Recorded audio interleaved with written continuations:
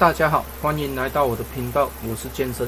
今天是2023年6月6号星期二，有收到一些主机板，还有一些相关的界面卡，像网路卡、音效卡、一些扩充卡之类的。因为有时候这样子测试比较难去测试，所以我打算再组一台专门测试一些电脑零组件的主机。那这一块主机板还不错，它是力 97K 的。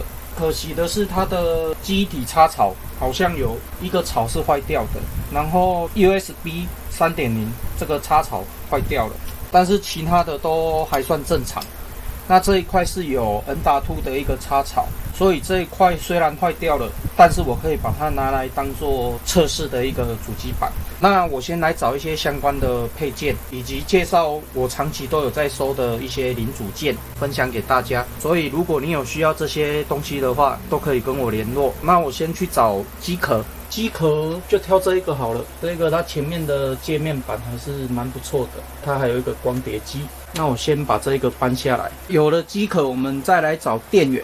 电源我都是留这一种比较知名的大厂牌，那我们挑个550瓦的应该就可以了，就这一颗吧。这一颗是 Kuma 的550瓦。组装电脑的话，当然还需要 CPU， 那 CPU 就在这边。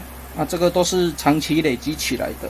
那 CPU 以外就是记忆体，那记忆体我这边也是蛮多的，所以才会想说组一台电脑，然后日后来一个一个测试这些相关的零组件。那所有的零组件找好以后，就可以把它装上去了。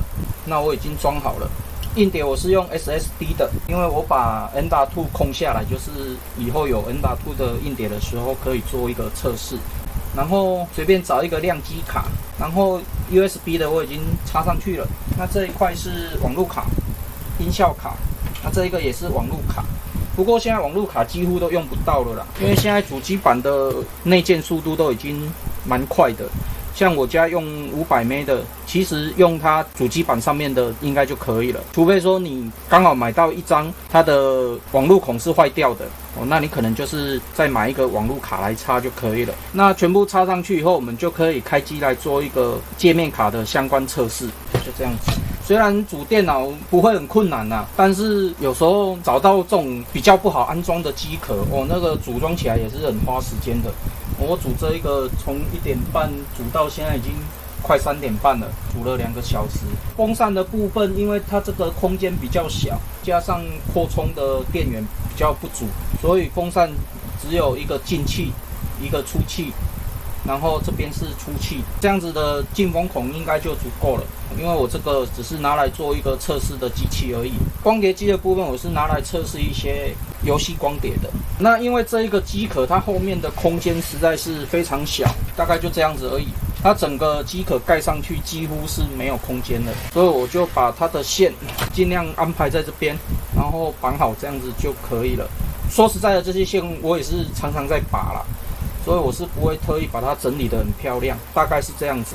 其他相关测试就另外再找时间来做测试，因为我这边收到蛮多一些界面卡的，像这一张音效卡。如果测试这一张音效卡可以的话，我之前组装的那个5声道的喇叭就可以拿来用，然后到时候再来测试这种无线网卡。那今天就先告一个段落，电脑组装好以后可以正常进入系统。那这样子这一台测试用的电脑就已经组装完成了。组装的时候发现它的电源供应器坏掉，所以我又换了一台，然后目前测试起来都是正常的了。那我这一篇测试用的电脑组装分享影片就分享到这边为止。那如果你喜欢我的影片的话，敬请订阅和分享，谢谢。